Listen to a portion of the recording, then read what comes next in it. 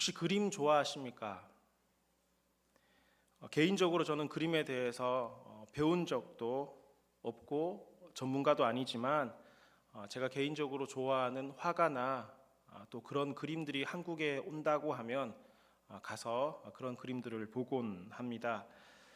제가 그림을 좋아하고 관심을 가지게 된 이유 중에 하나는 많은 화가들이 성경의 이야기를 그림으로 그렸기 때문입니다. 성화라고 하죠. 그리고 그런 성화에는 화가가 성경을 보고 묵상했던 그런 내용들을 그림에 옮겨 놓았기 때문에 그림을 통해서 은혜를 받고 또 하나님의 말씀을 입체적으로 생각해 볼 수 있는 기회가 되기 때문에 그림을 좋아하고 그림을 가끔 보러 가곤 합니다. 오늘 본문의 말씀을 그림으로 그린 화가가 있습니다. 그리스도의 변모라는 제목으로 그림을 그렸고 르네상스 3대 화가 중 한 명이었던 이 라파엘로가 그린 그림입니다. 그리스도의 변모라는 그림입니다. 어떻습니까, 여러분? 오늘 본문 말씀을 우리가 읽어 보셨는데 읽은 본문의 말씀과 또 이 성화의 그림을 보니까 어떻게 말씀이 좀 더 입체적으로 여러분들에게 다가오십니까? 여러분들께서 성경을 읽으시면서 상상하셨던 그 모습이 어떻게 그림을 통해서 좀 그려지는 것 같습니까? 그림을 좀 더 자세하게 한번 살펴보도록 하겠습니다. 그림의 먼저 상반부 모습인데요. 변화산에서 있었던 사건입니다. 오늘 우리가 말씀을 읽진 않았지만 마태복음 17장 1절로부터 오늘 본문 앞서까지는 변화산에 대한 이야기가 기록이 되어 있습니다. 오른쪽에는 책을 들고 있는 사람이 보이는데 아마 모세로 추정이 되는 것 같습니다. 왼쪽에는 선지자 엘리야라고 우리가 추정을 해볼 수가 있겠습니다. 그리고 그 중간에는 하얗게 변모된 예수님이 계시고 예수님께서 모세와 엘리야와 더불어 지금 이야기를 나누고 있습니다.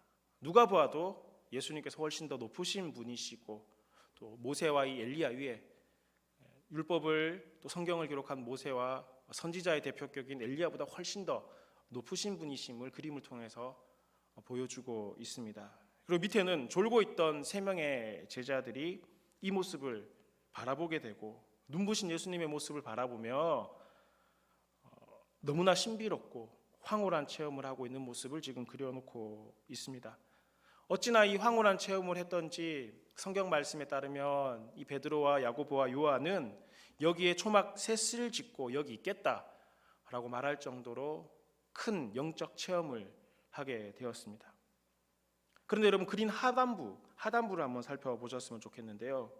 이 하단부 그림은 상반부 그림과 전혀 상반된 그림의 내용이 있습니다. 오늘 본문의 내용이기도 합니다. 그림의 모순반부와 또 상단부와 다르게 굉장히 어둡고 암울하고 문제가 있음을 직감해 볼 수가 있을 것입니다. 오른쪽에는 아이 아버지가 귀신 들린 아이, 오늘 본문의 말씀을 따르자면 간진 들린 그 아이를 안고 있습니다. 그리고 왼쪽에는 9명의 제자들이 있습니다. 이 9명의 제자들은 이 귀신 들린 아이를 고치려 했지만 고치지 못하고 당황하며 절망하고 있는 어두운 제자들의 모습을 그리고 있습니다. 다시 여러분 이 그림을 전체적으로 합쳐서 한번 보시겠습니다. 여러분 이 그림을 보시면서 어떤 생각이 드십니까? 그림은 보는 사람에 따라서 해석을 하게 되는 여러 가지 경우들이 생기게 되는데요. 저는 이 그림을 보면서 또 오늘 본문의 말씀을 묵상하면서 이런 생각을 했습니다. 변모하는 예수님을 보고 이를 경험한 것만 생각한다면 두려울 것이 없고 담대하게 신앙생활을 하고 겁날 것 없는 정말 좋은 믿음의 삶을 살 수 있을 것 같지만 하단부에는 이 현실의 삶의 모습은 그렇지 않다라는 겁니다. 특별히 삶의 위기 앞에서 믿음으로 살아간다라는 것은 참 쉽지 않구나 라는 생각을 오늘 본문의 말씀을 통해서 또 이 그림을 통해서 하게 되는 것 같습니다. 사실 성도라는 것은 어떤 의미에서 베드로와 야고보와 요한처럼 하늘의 영광과 능력들을 경험한 사람들입니다. 여러분 우리 모두는 베드로와 야고보와 요한과 같이 큰 기적을 체험한 사람들입니다. 우리 안에 믿음의 확신을 가지게 되었고 성령의 충만함을 경험하기도 하였습니다. 주님의 뜨거운 사랑을 경험하기도 하였습니다. 때로는 어떤 분들에게는 기적과 이적이라는 큰 하나님의 은혜를 경험하기도 했습니다. 변화산에서 변화하신 예수님을 본 것 같은 그런 제자들의 모습이 우리 안에도 있다라는 것입니다. 하나님의 사랑이 우리 안에 깊이 다가왔을 때, 주의 은혜가 내게 크게 임했을 때, 그 기쁨 우리 안에 충만했을 때 우리는 정말 황홀하고 기쁘고 놀라웠을 것입니다. 그 상태에서는 무엇이든지 할 수 있을 것만 같은, 하나님께서 언제와 나와 동행하심으로 말미암아 나의 모든 일들을 해결해 주실 것만 같은, 어떠한 시험과 역경과 고난이 온다 할지라도 내게 주신 이 경험과 은혜만 있다면 내가 모든 것을 할 수 있을 것만 같은 그런 마음과 다짐들을 가지기도 하셨을 것입니다. 그럼에도 삶의 어려움과 고난과 역경 앞에서는 9명의 제자들처럼 믿음의 연약함으로 말미암아 실패하고 좌절하는 모습도 아마 우리 모습 가운데 있을 것입니다. 특별히 오늘 본문에 나오는 이 9명의 제자들이 그랬습니다. 예수님께서는 이 제자들을 향하여 믿음이 없고 패역한 세대라고 제자들을 질책하셨습니다. 무슨 의미입니까? 너희들도 충분히 이 아이를 고칠 수 있는데 왜 고치지 못했느냐, 책망하신 것입니다. 여러분, 예수님께서 제자들에게 지금 무리한 요구를 하신 것입니까? 아닙니다. 여러분, 이미 제자들은 예수님과 함께 다니면서 수많은 병자들을 고치는 경험을 하였고 또 수많은 귀신들을 내어 쫓던 일을 했던 사람들입니다. 예수님께서 그들에게 병 고치는 권세와 능력을 주셨다 성경은 기록하고 있습니다. 그러니 주님께서는 제자들에게 내가 너희와 얼마나 함께 있으며 너희를 얼마나 참아야 되겠느냐라고 말씀하고 계신 것입니다. 이렇게 기다리고 이렇게 참았는데 왜 이런 일도 못하느냐라고 책망하셨던 것입니다. 오늘 본문에 귀신 들린 아이 아버지는 예수님의 소문을 듣고 아마 예수님을 찾아왔을 것입니다. 이 아이 아버지가 소문을 듣고 예수님을 찾았던 이유는 한 가지입니다. 자신의 병든 아들을 고치기 위해서였습니다. 그렇게 아이 아버지는 예수님을 찾아왔지만 예수님께서는 이미 산에 가셔서 그곳에 계시지 않으셨습니다. 다만 남은 9명의 제자들만이 이 아이 아버지를 볼 수 있었습니다. 이 남은 9명의 제자들은 생각했을 것입니다. 이 정도는 우리가 할 수 있을 것이다. 예전에도 이거 해봤으니까 충분히 고칠 수 있을 것이다 생각을 했던 것 같습니다. 예수님께서 그동안 우리에게 가르쳐 주셨고 하라는 대로 하기만 하면 우리도 예수님처럼 이 아이를 고치고 이 아이 가운데 있는 귀신을 내어 쫓을 수 있을 것이다. 그들은 그렇게 생각을 했던 것입니다. 그리고 그들은 지난날 주님께서 가르쳐 주셨듯이 기도하며 안수하고 기름을 발라 고치려고 했었습니다. 이런 방법 저런 방법 아마 다 사용해 보았을 것입니다. 9명이 따로따로 안수해 보기도 하였을 것이고 이것도 안 되니까 함께 안수해서 아이를 위해서 기도하기도 했을 것입니다. 큰 소리를 쳐보기도 하고 그 귀신에게 예수님께서 하셨던 것처럼 호통을 치기도 하였을 것입니다. 하지만 아무런 변화가 일어나지 않았습니다. 동일한 내용을 기록한 마가복음의 말씀을 보면 서기관들이 그들과 더불어 변론한다라는 말씀을 기록하고 있습니다. 서기관들이 제자들과 변론하신다고 말씀하십니다. 당시 서기관은 성경의 기준으로 자잘못을 가려주는 역할을 하는 사람들이었습니다. 그러니까 이 변론한다라는 것은 지금 서기관이 심판자가 되어서 예수님의 제자들이 잘못했는지 이 아이 아버지가 잘못했는지 지금 심판하고 있다라는 것입니다. 그리고 이 광경을 많은 사람들이 지금 지켜보고 있었다라는 것입니다. 제자들의 입장에서는 참으로 낭패가 아닐 수 없었습니다. 아주 민망했을 것입니다. 마침 그때에 예수님께서 산에서 내려오셨습니다. 주님께서는 그들에게 물으십니다. 너희가 무엇을 그들과 변론하느냐. 주님이 물어보시는 그 순간부터 이 제자들의 문제는 더 이상 제자들의 문제가 아니었습니다. 예수님께서 물어보시는 그 순간부터 이 삶의 문제는 제자들의 손을 떠났습니다.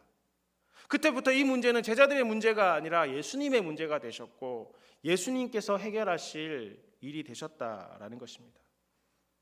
이렇게 예수님께서 오심으로 인해서 제자들 가운데 있었던 이 문제는 해결되었습니다. 이 아이는 고침을 받았고 귀신은 내어 쫓김을 당했습니다. 제자들은 예수님께 많이 송구했을 것입니다. 부끄럽기도 했을 것입니다. 근데 한편 이상하다라는 생각도 했을 것입니다. 왜냐하면 그들도 제자들도 예수님께서 하셨던 것처럼 행했는데 안 되었기 때문입니다. 그래서 제자들은 예수님께 질문합니다. 주님, 우리는 어찌하여 귀신들을 쫓아내지 못한 것입니까? 예수님은 되는데 우리는 어찌하여 이 일을 할 수 없었던 것입니까? 우리도 주님처럼 똑같이 했는데 지난번 주님께서 우리에게 가르쳐 주셨던 것처럼 했는데 왜 우리는 어찌하여 이 일을 행할 수 없었던 것입니까? 물었습니다. 이런 제자들에게 예수님께서는 말씀하십니다. 마태복음 17장 20절 말씀입니다. 너희 믿음이 작은 까닭이다라고 주님 말씀하셨습니다. 동일한 내용을 기록했던 마가복음에는 기도 외에는 다른 것으로는 이런 종류가 나갈 수 없느니라라고 말씀하셨습니다. 그러니 제자들의 질문에 대한 예수님의 답을 종합해 보면 믿음으로 기도해야 한다라는 것입니다. 믿음의 기도만이 귀신을 쫓아낼 수 있다라는 것입니다. 믿음의 기도가 병을 고칠 수 있는 능력이 있다라는 것입니다. 바꾸어 이야기하면 제자들은 지금 믿음으로 기도하지 않았다라는 것입니다. 기도하는 신용은 했는데 믿음이 없었다라는 것입니다. 안수하고 기름을 바르고 예수님께서 하셨던 동일한 이야기는 했지만 그들 가운데는 믿음이 없었다라는 것입니다. 그렇습니다, 여러분. 제자들은 예수님께서 하셨던 모양 그대로 흉내는 낼 수 있었습니다. 예수님께서 하셨던 방법적인 부분들은 동일하게 따라서 할 수는 있었습니다. 하지만 그런 모양과 흉내만으로는 되는 것이 아니라고 주님은 말씀하신 것입니다.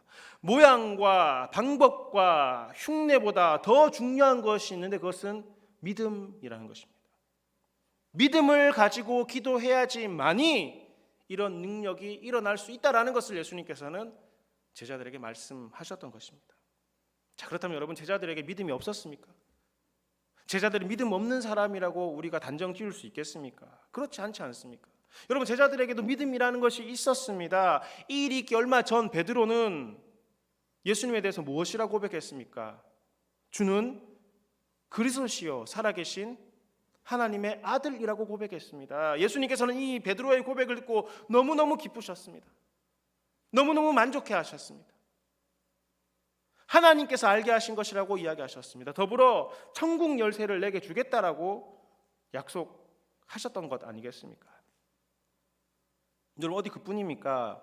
예수님께서는 12명의 제자를 세우시고 주님은 둘씩 파송한 적이 있으셨습니다. 그때 주님께서는 제자들에게 더러운 귀신을 제어하는 권능을 주셨습니다. 그리고 제자들은 그 현장에 나아가서 많은 귀신을 쫓아내고 병자들을 고쳤습니다. 그리고 이 일이 너무나 기쁘고 감격되어서 예수님께 돌아와 이 선교복을 하는 장면들이 복음서 말씀에 기록되어 있지 않겠습니까? 여러분, 그러니 보십시오. 제자들에게 믿음이 없다? 말할 수 없을 것입니다. 제자들이 가지고 있었던 믿음은 보통 믿음이 아닙니다. 체험적 신앙이었습니다. 체험적인 믿음을 가지고 있었던 것입니다. 여러분, 더구나 제자들은 자신의 직업을 내려놓고 주님을 따른 사람들입니다. 가정을 내려놓고 따랐습니다. 돈을 벌 수 있는 나의 직장을 내려놓고 따랐던 사람들입니다. 내 배를 버리고 쫓았던 사람들입니다. 여러분, 이런 제자들에게 믿음이 없다 질책할 수 있겠습니까? 그렇다면 여러분, 주님이 말씀하시는 믿음이라는 것이 무엇입니까? 여러분, 믿음이라고 우리가 많이 이야기하고 있는데 예수님께서 말씀하시는 믿음, 그 믿음은 무엇인 것이죠? 주님이 말씀하신 믿음이라는 것은 여러분, 경건의 어떤 모양만을 의미하는 것은 아닙니다. 경건의 어떤 모양을 갖춘다고 해서 그것이 믿음이라고 말하지 않는다라는 것입니다. 제자들에게는 경건의 모양이 있었습니다. 제자들도 아이들을 고침에 있어서 예수님처럼 기도하고 안수하였습니다. 기름을 발라 간구하였습니다. 하지만 그들은 예수님처럼 고칠 수가 없었습니다. 또한 여러분, 당시 대제사장들과 서기관들과 바리새인들에게는 외적인 경건의 모양들이 많이 있었습니다. 당시 종교 지도자들의 경건의 모양은 가히 존경할 만했습니다. 그렇지만 예수님께서는 이들에게 믿음이 있다 말씀하시지 않으셨습니다. 도리어 외식한다라고 책망하고 비난하셨습니다. 또한 여러분, 어떤 뜨거운 때의 한순간의 경험을 믿음이라고 예수님께서는 말씀하시지 않습니다. 만약에 옛적에 한순간 뜨거웠던 신앙이 믿음이라고 이야기한다면 제자들에게도 믿음이 있었고 그 믿음으로 그 아이를 고칠 수 있었을 것입니다. 여러분, 예전에 제자들은 뜨거웠습니다. 그들도 뜨거운 마음을 가진 적이 있었고 심지어 얼마 전에도 그들 가운데는 이 영적 충만함을 경험하는 시간들이 있었습니다. 하지만 여러분, 옛적에 얼마 전에 했던 믿음과 신앙의 경험이 꼭 오늘 우리의 삶에 적용되어 그것을 믿음이라고 주님께서는 말씀하시지 않는다라는 겁니다. 또한 여러분, 지난날의 믿음의 경험이 오늘의 믿음이 되는 것도 아닙니다. 제자들도 앞서 말씀드렸다시피 병자를 고치고 귀신들을 쫓아내었던 적이 있었습니다. 이미 이들은 그런 능력을 주님으로부터 받았습니다. 실제로 주님의 이름으로 치유도 해봤고 기적을 베풀기도 하였습니다. 하지만 이 경험들이 오늘 나의 믿음이라고 이야기할 수는 없다라는 것입니다. 그러므로 그런 의미에서 주님께서 요구하시는 믿음이라는 것은 믿음의 어떤 모양, 경건의 모양을 믿음이라고 말씀하시지 않습니다. 또한 지난날의 어떤 뜨거웠던 그 경험을 믿음이라고 이야기하지도 않습니다. 더불어 내 안에 경험했던 기적과 이적과 체험 같은 것도 그걸 믿음이라고 말씀하시지는 않는다라는 겁니다. 물론 여러분, 내가 옛날에 경험했던 체험과 이적들, 뜨거웠던 순간들, 또 이 경건의 모양들은 오늘 내가 믿음을 가지고 살아가는데 큰 도움이 되는 것은 사실입니다. 내 안에 어떤 신앙적인 이벤트가 있다라는 것은 하나님을 더 잘 믿을 수 있는, 더 견고하게 믿을 수 있는 신앙의 동력이 되는 것도 사실입니다. 하지만 그것은 여러분 동력이지 그것을 믿음이라고 주님께서는 말씀하시지 않는다라는 것입니다. 옛날의 믿음, 옛날에 뜨거웠던 것, 옛날에 잘했던 것, 옛날에 경험했던 그 모든 것들을 지금 나의 믿음이라고 예수님께서는 말씀하시지 않는다라는 것입니다.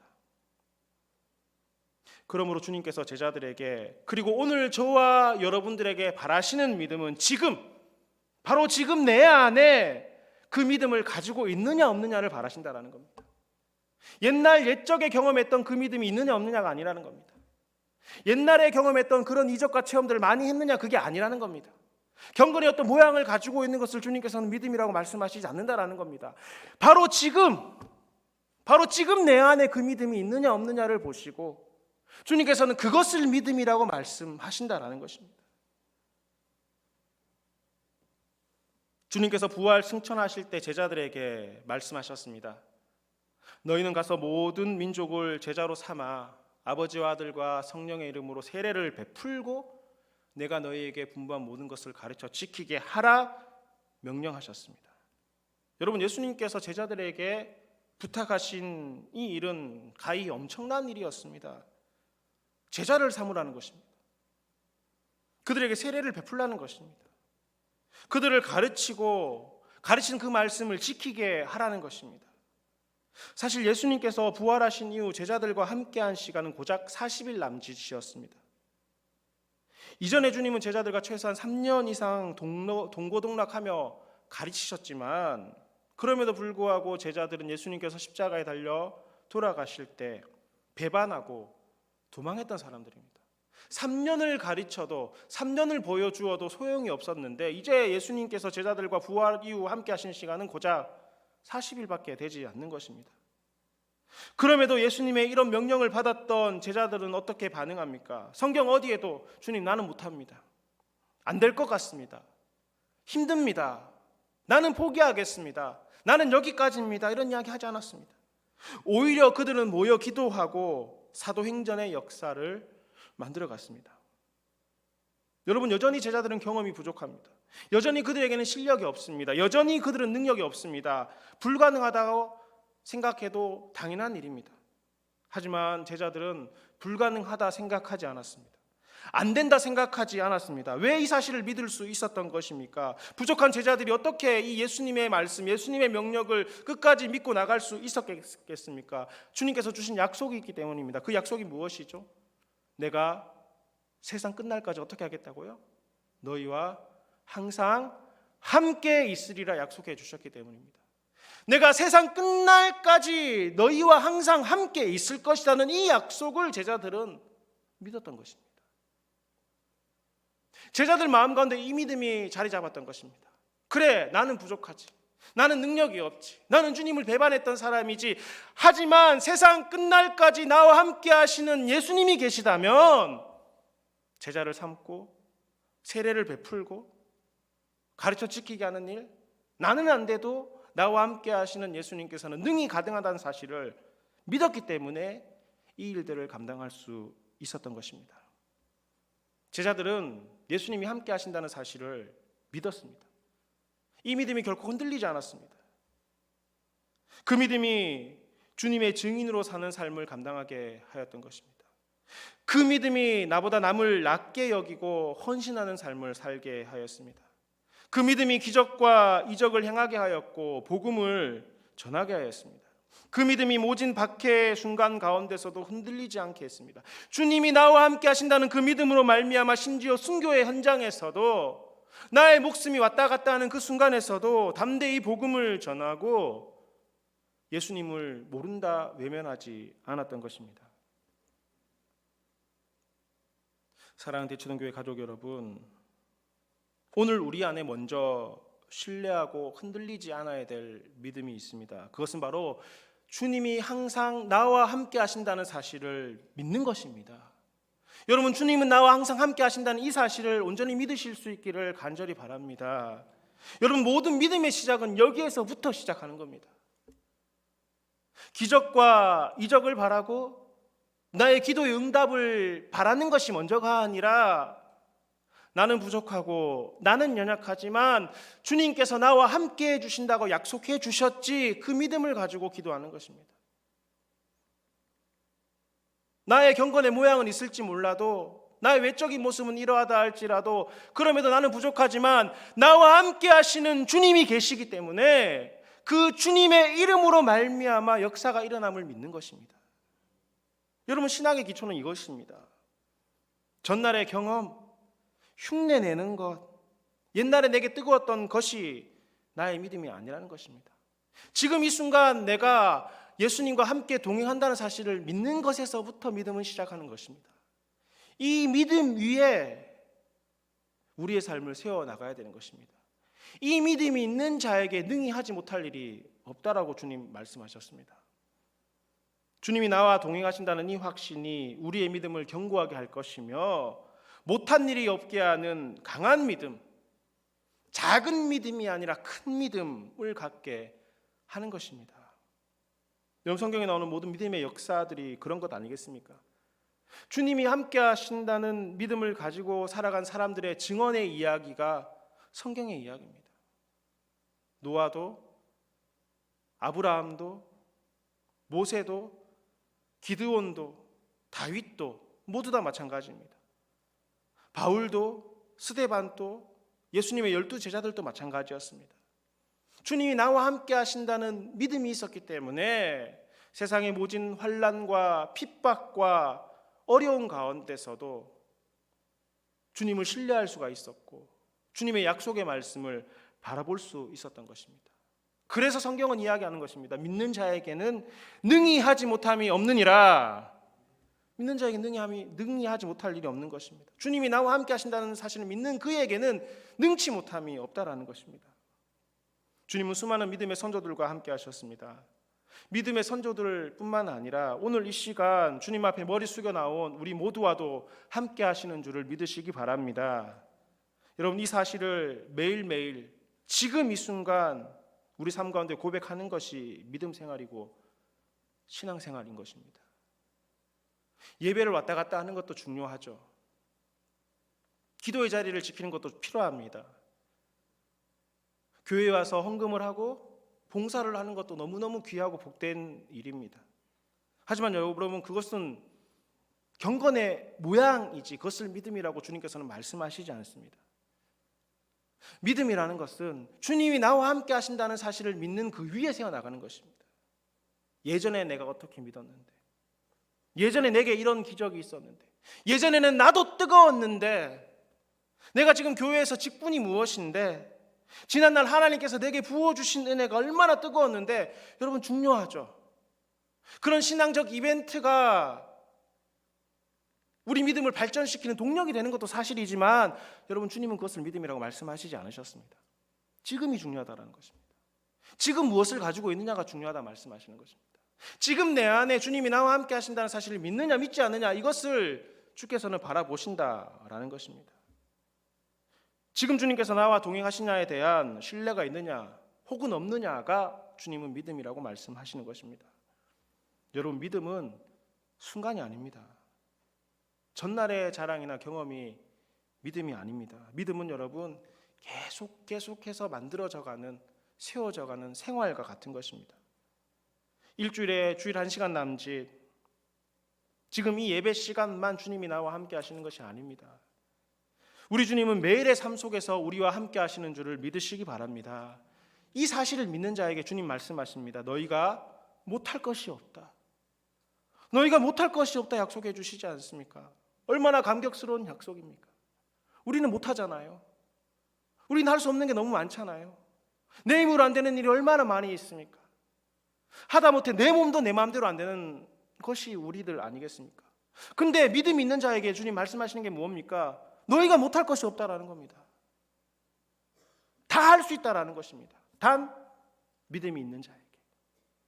그리고 그 믿음은 하나님이 나와 함께 하신다는 사실, 주님이 나와 동행하신다는 사실을 믿는 자에게 못할 것이 없다라고 약속해 주셨다라는 것입니다. 사랑하는 교회 여러분, 오늘 우리 삶에는 위기가 찾아오고 곤란한 순간들이 찾아옵니다. 여러분, 없을 수가 없습니다. 피할 수가 없습니다. 내게 어떤 여러 가지 많은 안전장치를 둔다 할지라도, 내가 돈이 많이 있다 할지라도, 내 육신이 강건하다 할지라도, 내가 가지고 있는 재능이 아무리 많다 할지라도 여러분, 우리 삶의 위기 분명히 찾아옵니다. 반드시 찾아오게 되어 있습니다. 피할 수가 없습니다. 때로는 어디서부터 어떻게 시작해야 될지 모르는 우리 삶 가운데 찾아오기도 하며, 혹 그런 상황 가운데 지금 계시고 있는 성도님들이 있을지도 모르겠습니다. 그렇지만 여러분, 주님의 약속의 말씀을 믿으시기 바랍니다. 주님이 나와 함께 하심을 믿는 자에게는 못할 것이 없다고 말씀하셨습니다. 위기는 찾아올 수 있지만 그 위기를 넘어갈 수 있게 하신다라는 겁니다. 고난은 찾아올 수 있지만 그 고난을 이기게 하신다라는 것입니다.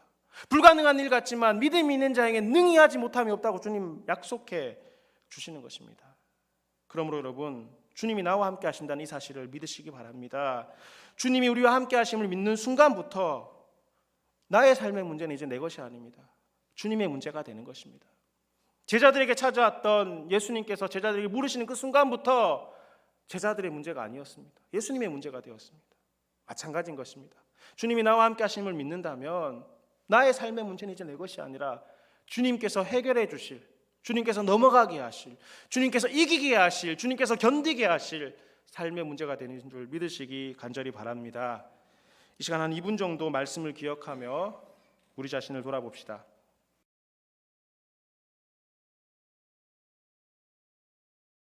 이제는 우리 구주 예수 그리스도의 크신 은혜와 하나님 아버지의 놀라우신 사랑과 성령님의 교통하심이 주님이 우리와 함께 하심을 믿고 선포하는 저희 무리들과 대치동 교회 모든 성도들과 주님의 몸 되신 교회 위에 이제로부터 영원히 함께 계시기를 간절히 축원하옵나이다. 아멘.